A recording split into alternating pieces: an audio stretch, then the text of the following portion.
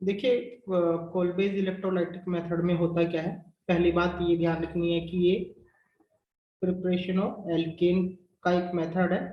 ठीक है, तो इसमें हम लेते क्या है, देखिए इसमें जो स्टार्टिंग इक्वेशन है वह है हमारी, हमें सोडियम एसीटेट लेना है।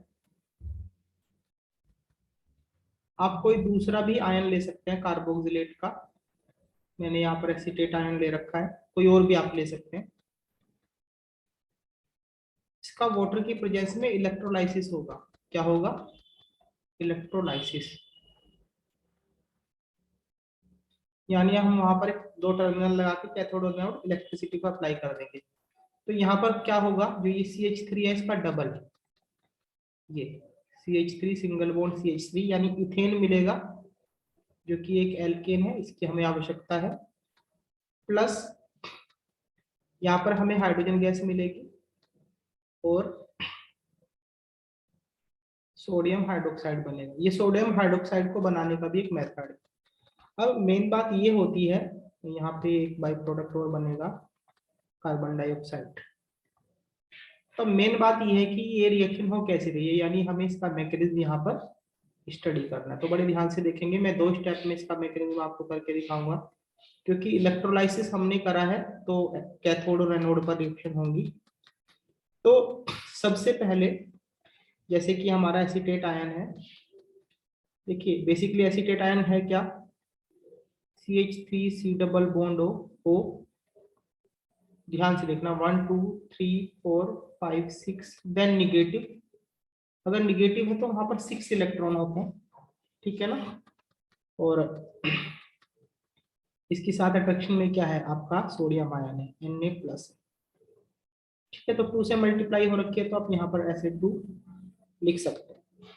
अब क्योंकि हमने इलेक्ट्रोलाइसिस किया है तो इलेक्ट्रोलाइसिस कहाँ पर होगा, एनोड और कैथोड दो टर्मिनल होंगे, तो रिएक्शन एट एनोड एग्जाम में आने वाली चीज है ये मैकेनिज्म, ये मैकेनिज्म है।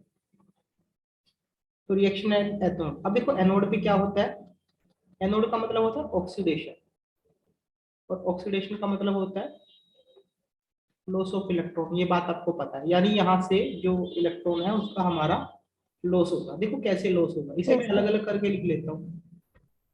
CH3 C double bond O negative, electrons के नंबर का ध्यान रखना है, इसे 2 हैं तो अलग अलग करके लिख लिया हमने, इस तरीके से अलग अलग कर लिया।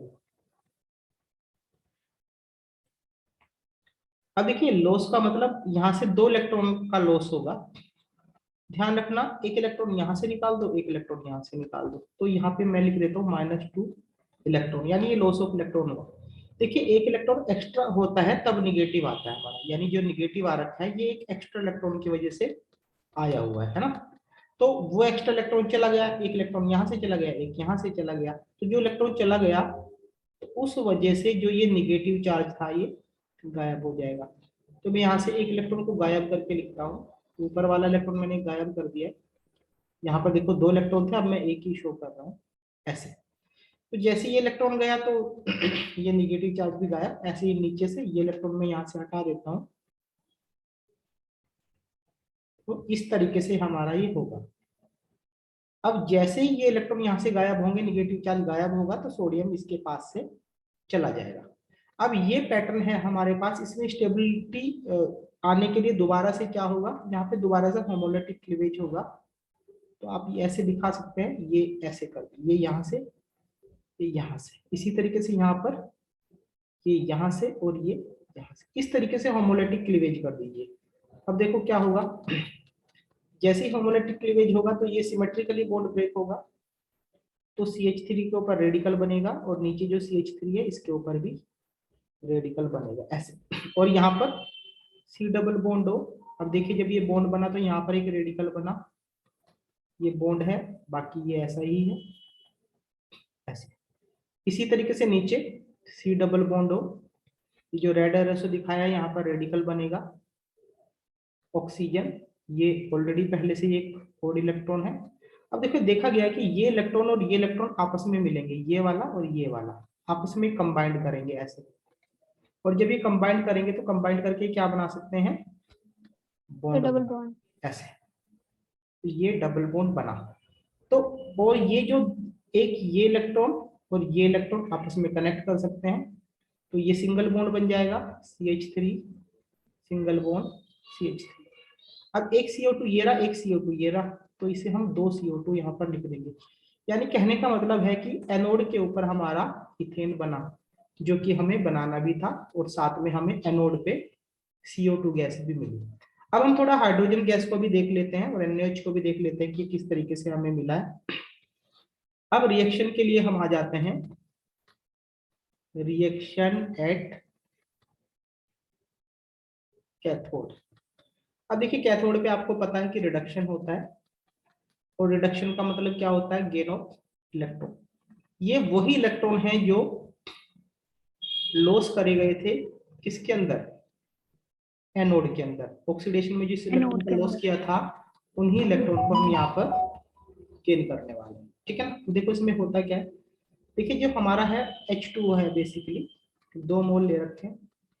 अगर हम बिल्कुल ग्राउंड पे जाके सोचें तो H2O को बेसिकली हम क्या करते हैं, H प्लस और OH माइनस करके लिखते हैं इस तरीके से, है ना।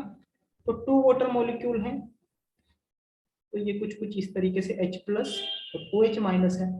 अब बेसिकली है क्या कि वो 2 इलेक्ट्रॉन जो ऑक्सीडेशन पे लॉस हुए थे एनोड पे, वो इधर कैथोड पर रिसीव होंगे। तो वो ये 2 इलेक्ट्रॉन, इलेक्ट्रॉन निगेटिव बॉडी होती है, तो ये इस पॉजिटिव के द्वारा रिसीव कर ली जाती हैं। तो जब हाइड्रोजन एक इलेक्ट्रॉन लेगा, H प्लस आयन एक इलेक्ट्रॉन लेगा, तो H और ये H एक इलेक्ट्रॉन ऐसे, तो ये दोनों रेडिकल आपस में कनेक्ट हो जाएंगे और कनेक्ट होके बना लेंगे हाइड्रोजन गैस। तो ये हाइड्रोजन गैस हमारी कैथोड पर हमें मिलती है, ध्यान रखना है। अब देखो हुआ क्या है कि यहाँ पर 2 ये थे हमारे 2 सोडियम मिसिंग थे, ये वाले सोडियम, ठीक है ना, 2Na प्लस थे, और हमें यहाँ पर क्या मिल रहा है, 2OH माइनस मिल रहा है। तो वो 2Na प्लस इन 2OH माइनस से कनेक्ट कर जाएंगे, ये अलग से है, और ये बन जाएगा 2Na। 2NOH। इस तरीके से ये हमारा टोटल कोल्बे इलेक्ट्रोलाइसिस मेथड हमारा पूरा हो जाता है।